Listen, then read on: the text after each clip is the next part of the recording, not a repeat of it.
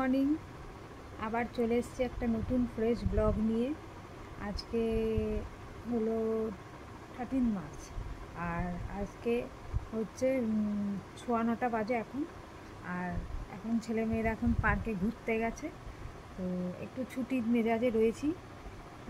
তো বরের অফিস আছে, তো তাই একটু কাজের প্রেশারটা একটু কম আজকে। তো যাই হোক, এরপরে আমার চাটা খাওয়া হয়ে গেছে, এরপরে ব্রেকফাস্ট করব, তখন আবার দেখা হচ্ছে।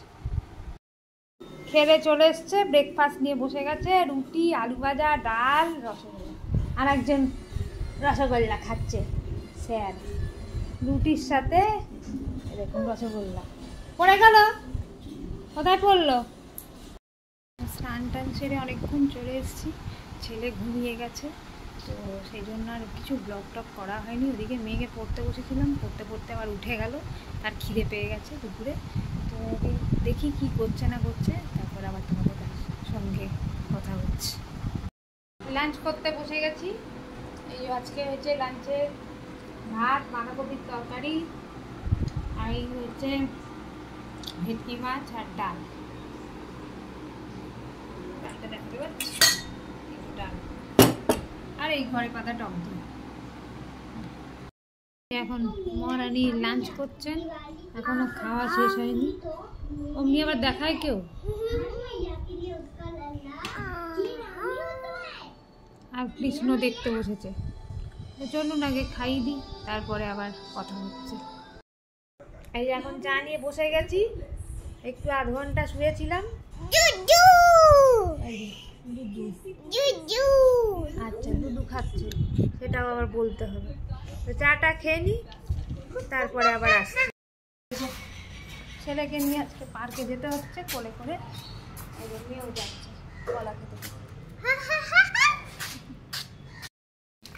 এই যে সবাই মিলে যাচ্ছি আমরা পার্কে। ওইদিকে সামনে দিদি, লম্বু হবে, আরো লম্বু। এই বাবা,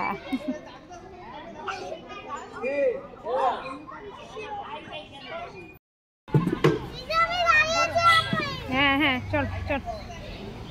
এই যে ভাই বোনে এখন পার্কে ঘুরছে।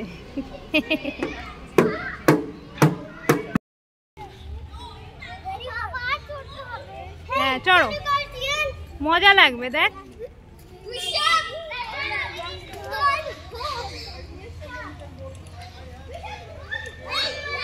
নামো। হ্যাঁ, দেখে ভাই আছে। নামো নামো নামো নামো নামো নামো নামো নামো নামো নামো নামো নামো নামো।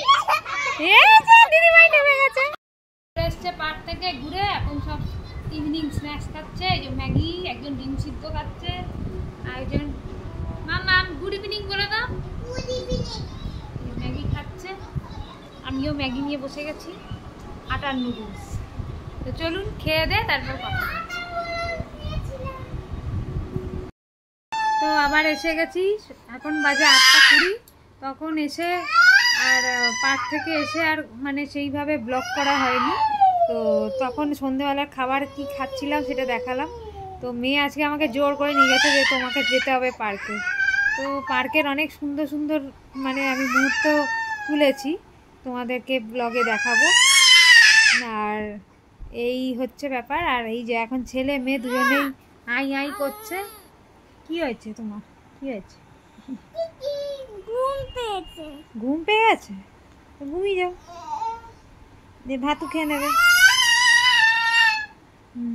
এখন ছেলে মেয়ে দুজনেরই ঘুম পাচ্ছে, সারা দুপুর সেইভাবে ঘুমায় না, এই জন্য ঘুম পেয়ে যাচ্ছে। তো চলুন আবার পরে কথা হচ্ছে ডিনার টাইমে। চলে এসেছি রান্নাঘরে।